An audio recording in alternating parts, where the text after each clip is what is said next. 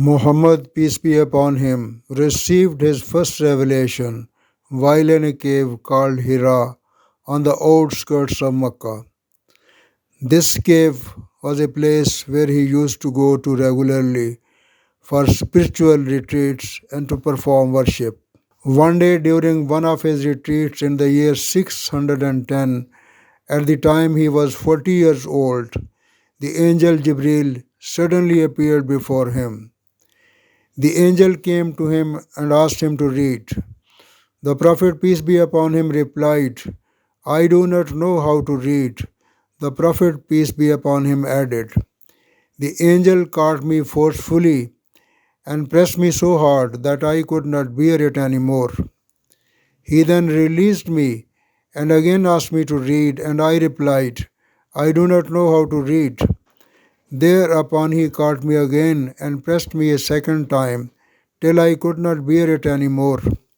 He then released me and again asked me to read, but I again replied, I do not know how to read. Thereupon he caught me for the third time and pressed me and then released me and said, read in the name of your Lord, who has created all that exists. He has created man from a piece of thick coagulated blood. Read, and your Lord is the most generous. This event was the beginning of revelation, and it was also the moment Muhammad, peace be upon him, became a prophet of Allah.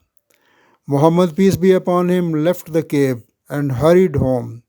His heart was pounding in fear of what he just experienced.